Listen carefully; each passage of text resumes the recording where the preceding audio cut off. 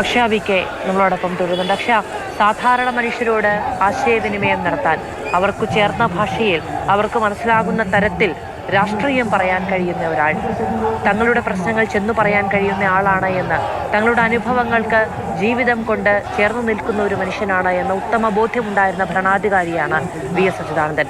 പ്രതിപക്ഷ നേതാവായിരുന്ന സമയത്ത് അദ്ദേഹത്തിന് കന്റോൺമെന്റ് ഹൗസിലേക്ക് എത്തുന്ന കത്തുകൾക്ക് അന്തമുണ്ടായിരുന്നില്ല എന്നുള്ളതാണ്. അത്രയേറെ ജീവിത പ്രശ്നങ്ങൾ സാധാരണഗതിയിൽ ഭരണത്തിലിരിക്കുന്നവരെ തേടിയെത്തുമ്പോൾ പ്രതിപക്ഷ നേതാവായിരുന്ന വി.എസിനെ തേടിയെത്തുന്ന ഓരോ വിവരങ്ങളും ഓരോ പരാതികളും വി.എസ്. ഏറ്റെടുക്കുമായിരുന്നു. അതിലെന്താണ് നടപടി എന്നതിനെ സംബന്ധിച്ചുള്ള അന്വേഷണങ്ങൾ ഉണ്ടാകുമായിരുന്നു. എന്താണ് ചെയ്യാൻ കഴിയുക എന്നതിനെക്കുറിച്ച് അന്വേഷണം ഉണ്ടായിരുന്നു.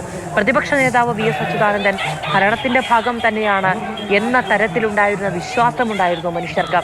ആ തരത്തിലുണ്ടാകുന്ന ഒരു ജീവിതം കെട്ടിപ്പടുക്കുക എന്ന് പറയുന്നത് രാഷ്ട്രീയ നേതാക്കൾക്ക് വലിയ ശ്രമകരമായ കാര്യമാണ്. മധു സൂചിപ്പിച്ച പോലെ തന്നെ ഒരു പ്രതിപക്ഷ നേതാവ് എന്ന നിലയിൽ ഇന്നലെ പ്രതിപക്ഷ നേതാവ് വി.ഡി. സതീശൻ വി.എസിനെ അനുസ്മരിച്ച് സംസാരിക്കുമ്പോൾ അദ്ദേഹം പറയുന്നത് പ്രതിപക്ഷത്തിനൊരു വേറിട്ട ശൈലി നൽകിയ നേതാവ്. എ.കെ. ആന്റണി അദ്ദേഹം പത്രത്തിൽ ഇന്ന് എഴുതിയ കാര്യം വായിച്ചപ്പോൾ പ്രതിപക്ഷ നേതാവായിരുന്നപ്പോൾ ഒരു വിട്ടുവീഴ്ചയും ഇല്ലാതിരുന്ന വി.എസ്. അച്യുതാനന്ദനെ പറ്റി, അതായത് ഒപ്പം ഈ നമ്മൾ നേരത്തെ സൂചിപ്പിച്ചു വി.എസിന്റെ നിയമസഭാ മന്ദിരം കടന്ന് വി.എസിന്റെ മൃതദേഹവും വാങ്ങിയുള്ള ഈ വാഹന വ്യൂഹം ഇതിലെ കടന്നു പോകുമ്പോൾ ഞാൻ ആലോചിച്ച ഒരു 7ാം ക്ലാസ്സുകാരനായിരുന്നു കേരളത്തിന്റെ മുഖ്യമന്ത്രി എന്ന തരത്തിൽ വലിയ തോതിൽ വിമർശനം ഉണ്ടായപ്പോൾ ഞാൻ ഇത്രയും കാലം ജനങ്ങൾക്കിടയിൽ നിന്നാണ് ജീവിച്ചത്. ആ ജനങ്ങൾക്കിടയിൽ നിന്ന് ജീവിച്ച അനുഭവ സമ്പത്താണ് എൻ്റെ പഠനം എന്ന് പറഞ്ഞിട്ടുള്ള വി.എസ്. അച്യുതാനന്ദൻ. ആ വി.എസ്. അച്യുതാനന്ദനെ നമുക്കറിയാം. ആ വി.എസ്. അച്യുതാനന്ദനെ യാത്രയയക്കാനായാണ് മുദ്രാവാക്യം, മുഷ്ടി ചുരട്ടി മുദ്രാവാക്യവുമായി ഇവിടെ പ്രവർത്തകർ, ഇവിടെ സാധാരണക്കാരായിട്ടുള്ള ജനങ്ങൾ, സഖാക്കളൊക്കെ ഇങ്ങനെ അണിനിരക്കുന്നത്. ഇതാ കൂടുതൽ ആളുകൾ ഇങ്ങനെ വന്നുകൊണ്ടിരിക്കുകയാണ്. വി.എസിന്റെ ഈ വിദ്യാഭ്യാസത്തെ പറ്റി തന്നെ മുൻ അഡീഷണൽ പ്രൈവറ്റ് സെക്രട്ടറി ആയിരുന്ന ഷീല തോമസ് സൂചിപ്പിച്ച ഒരു കാര്യമുണ്ട്. വി.എസ്. 7ാം ക്ലാസ്സുകാരനായിരുന്നു എന്നത് കേൾക്കുമ്പോൾ അത്ഭുതപ്പെട്ടുകൊണ്ട് വി.എസ്. ഒരു സർവകലാശാലയാണെന്ന് പറഞ്ഞിരുന്ന ഷീല, ഒപ്പം തന്നെ ഇംഗ്ലീഷ് പഠിക്കാൻ വേണ്ടി പ്രയത്നിച്ച വി.എസ്. അച്യുതാനന്ദൻ, അങ്ങനെയൊക്കെ നമുക്കറിയാം. അതായത് വി.എസ്. അച്യുതാനന്ദൻ മുഖ്യമന്ത്രിയായി ചുമതലയേറ്റതിനു ശേഷം മാധ്യമങ്ങളെ കാണുന്ന സമയത്ത് ഒരു ഇംഗ്ലീഷ് ദിനപത്രത്തിന്റെ മാധ്യമപ്രവർത്തക അന്ന് ചോദിക്കുകയുണ്ടായി, വി.എസിന് തുടരാൻ കഴിയുന്ന രാഷ്ട്രീയ സാഹചര്യം എങ്ങനെയാണ് എന്നുള്ളത് ചോദിക്കുമ്പോൾ വി.എസ്. അവരോട് തിരിച്ചു പറയുന്നത് you wait and see how long I chief minister എന്നാണ്. നമ്മൾ വിദ്യാർത്ഥിയായിരിക്കുമ്പോൾ കേൾക്കുന്ന കാര്യമാണ്. അദ്ദേഹത്തിന് കമ്മ്യൂണിക്കേറ്റ് ചെയ്യാൻ കഴിയുമായിരുന്നു. 7ാം ക്ലാസ് വിദ്യാഭ്യാസം, അന്നത്തെ 7ാം ക്ലാസ് വിദ്യാഭ്യാസം ഉയർന്നതു തന്നെയാണ്. പക്ഷെ അത് അദ്ദേഹം ഉപേക്ഷിക്കുന്നത് കൂടപ്പിറപ്പുകൾക്ക് വേണ്ടിയാണ്, മറ്റുള്ളവർ തോൽക്കാതിരിക്കാൻ വേണ്ടി വെച്ചവസാനിപ്പിക്കുകയാണ് വിദ്യാഭ്യാസം എന്ന് പറയുന്നത്. കൂടപ്പിറപ്പുകൾക്ക് ജീവനോപാധി കണ്ടെത്തുക എന്ന ശ്രമത്തിന്റെ പേരിലാണ്. പക്ഷെ ഒരിക്കലും അദ്ദേഹം വായന ഉപേക്ഷിച്ചില്ല. ചിട്ടയോടുകൂടിയുള്ള പഠനം അദ്ദേഹം തുടർന്നു പോന്നു. തീർച്ചയായിട്ടും അത് തന്നെയാണ് ഗൗരിയമ്മ വി.എസിനെ പറ്റി പറഞ്ഞത്.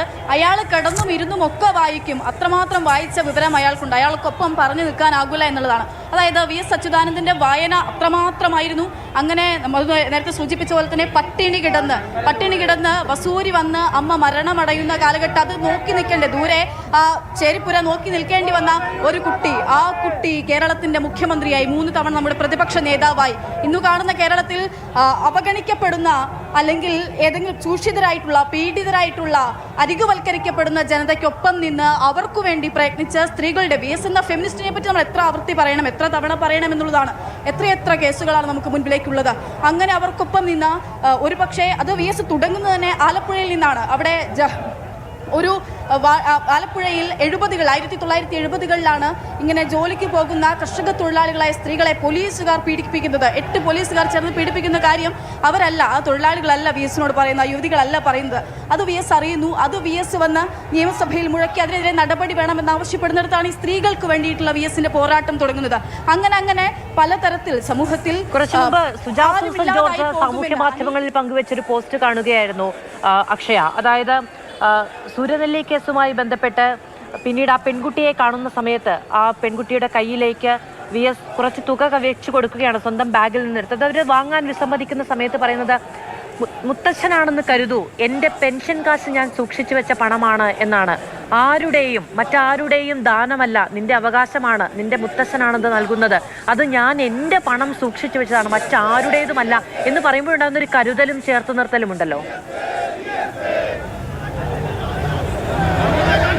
സ്വാഭാവികമായിട്ടും അത് തന്നെയാണ്. അതായത് ഈ പീഡന കേസുകൾ, സൂര്യനെല്ലി കേസാകട്ടെ, പിന്നീടുണ്ടായിട്ടുള്ള കോട്ടയം പീഡന കേസാകട്ടെ, മറ്റു പല കേസുകൾ നമ്മൾ എടുത്തു നോക്കുകയാണെങ്കിൽ ആ കേസുകളിലൊക്കെയും നമുക്ക് ഈ നേരിട്ട് ഇരകൾ വന്ന് പറയുകയില്ല, അവിടെ VS ഇടപെടുകയായിരുന്നു ഉണ്ടായത്. പേടിച്ചുകൊണ്ട്, അധികാരികളെ പേടിച്ചുകൊണ്ട്, പുറത്തു പറഞ്ഞാൽ ഈ പീഡനവിവരം പുറത്തു പറയാൻ പറ്റാതിരുന്നത് കൊണ്ട് ഒക്കെ ഏത് തരത്തിലും, ഇന്നാണെങ്കിലും അന്നാണെങ്കിലും ഒക്കെ ആ കാലഘട്ടത്തിന് വ്യത്യാസമൊന്നുമില്ല, അവർക്ക് വേണ്ടി ഇടപെട്ട സഖാവ് VS അല്ലെങ്കിൽ നേതാവായിട്ടുള്ള പൊതുപ്രവർത്തകനായിട്ടുള്ള VSനെയാണ് നമ്മളവിടെ കാണുന്നത്. കൂടുതൽ ആളുകൾ ഇങ്ങോട്ടേക്ക് പല ഇടങ്ങളിൽ നിന്നായി VSനെ ഒരു നോക്ക് കാണാനായി എത്തിക്കൊണ്ടിരിക്കുകയാണ്.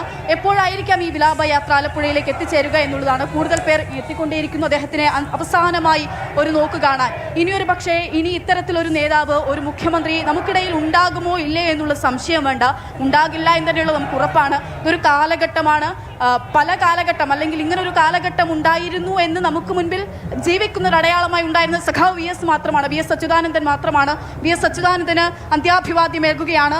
എല്ലാ ഇടങ്ങളിലുള്ള ആളുകളും ഇപ്പോഴത്തെ VSന് അന്ത്യാഭിവാദ്യം മുഴക്കിക്കൊണ്ട് ഇവിടേക്ക് ഈ റോഡിന് ഇരുവശവും നിറയുന്ന കാഴ്ചയാണ് നമ്മൾ കാണുന്നത്.